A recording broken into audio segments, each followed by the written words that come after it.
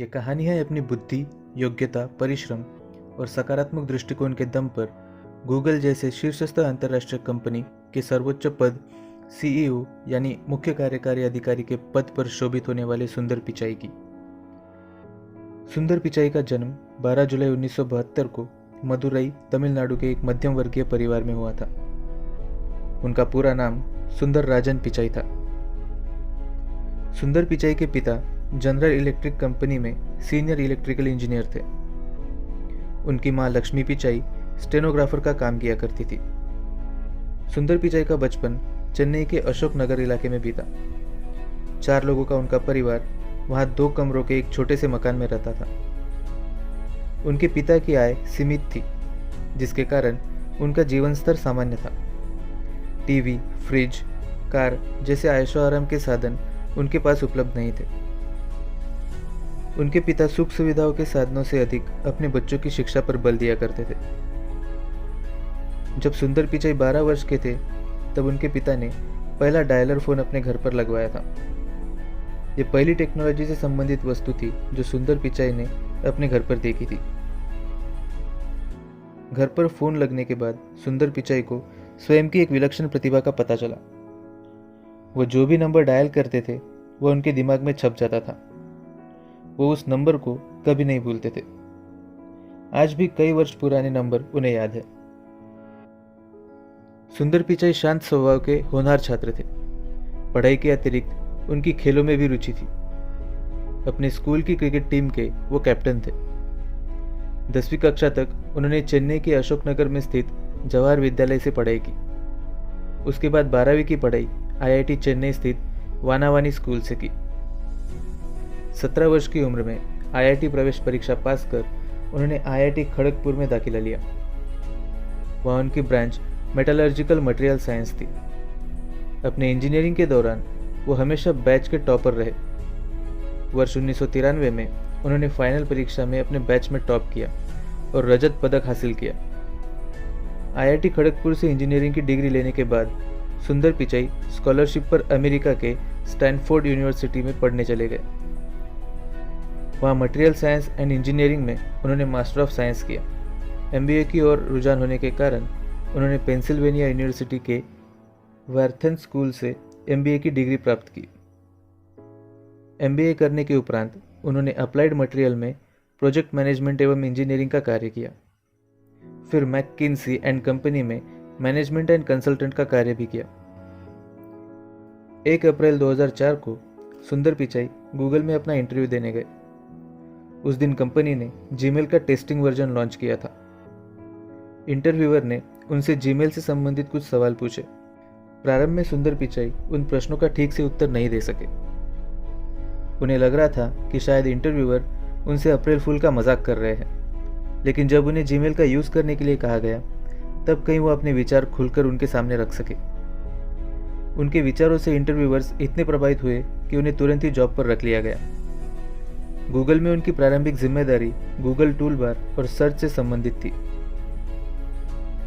सुंदर पिचाई ने जब गूगल में काम करना प्रारंभ किया था, उस समय गूगल टूलबार और search engine Microsoft internet explorer में डिफ़ॉल्ट ऑप्शन हुआ करता था।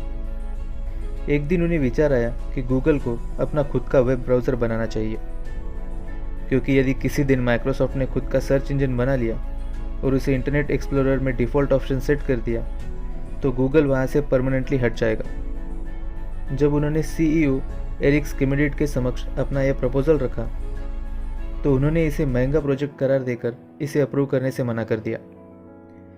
लेकिन सुंदर पिचाई अपनी इस बात पर अड़े रहे और गूगल के सह निर्माता लॉरी पेज और सेग्रे ब्रेन को राजी कर लिया और 2006 में गूगल क्रोम का प्रोजेक्ट अप्रूव करवा लिया।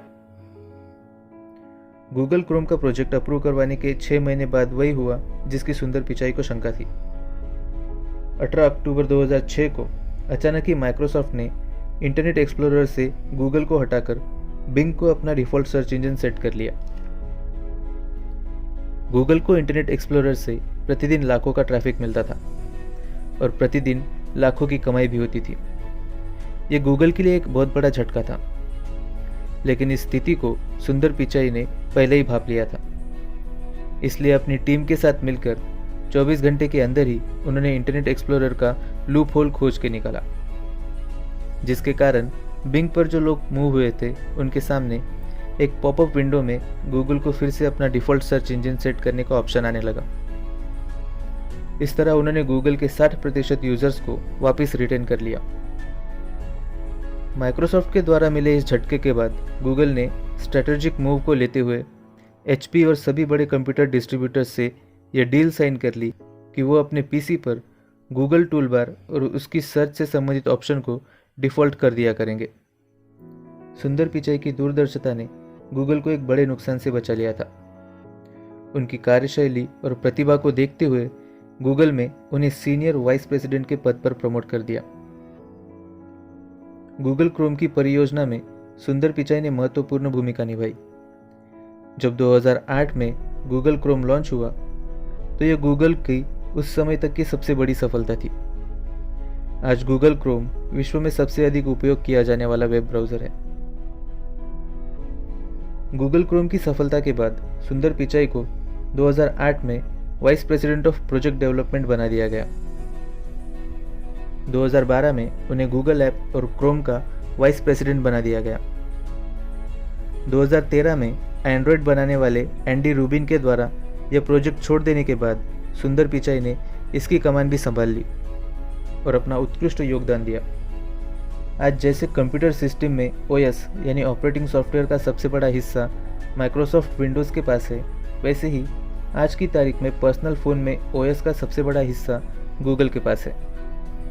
इस सफलता के पीछे सुंदर पिचाई के कुशल नेतृत्व का हाथ है। उनकी योग्यता को देखते हुए 2014 में उन्हें गूगल के सभी प्रोडक्ट्स का ओवरऑल हेड बना दिया गया, जिसमें Google search, Google map, Google commerce व गूगल एड्स जैसे प्रोडक्ट शामिल है। गूगल की सफलता का बहुत बड़ा श्रेय गूगल में लगातार हो रही इनोवेशंस को जाता है और इन इनोवेशंस के पीछे जो नेतृत्व करता कार्य कर रहा है वो है सुंदर पिचाई। सुंदर पिचाई की उपलब्धियों को देखते हुए गूगल ने उन्हें 10 अगस्त 2015 को कंपनी का CEO घोषित कर दिया। इसके साथ ही सुंदर पिचाई भारतीय मूल के उन लोगों में शामिल हो गए जो 400 अरब डॉलर की कमाई करने वाली कंपनी के शीर्ष अधिकारी हैं। आज उनकी सालाना आय 335 करोड़ रुपए है।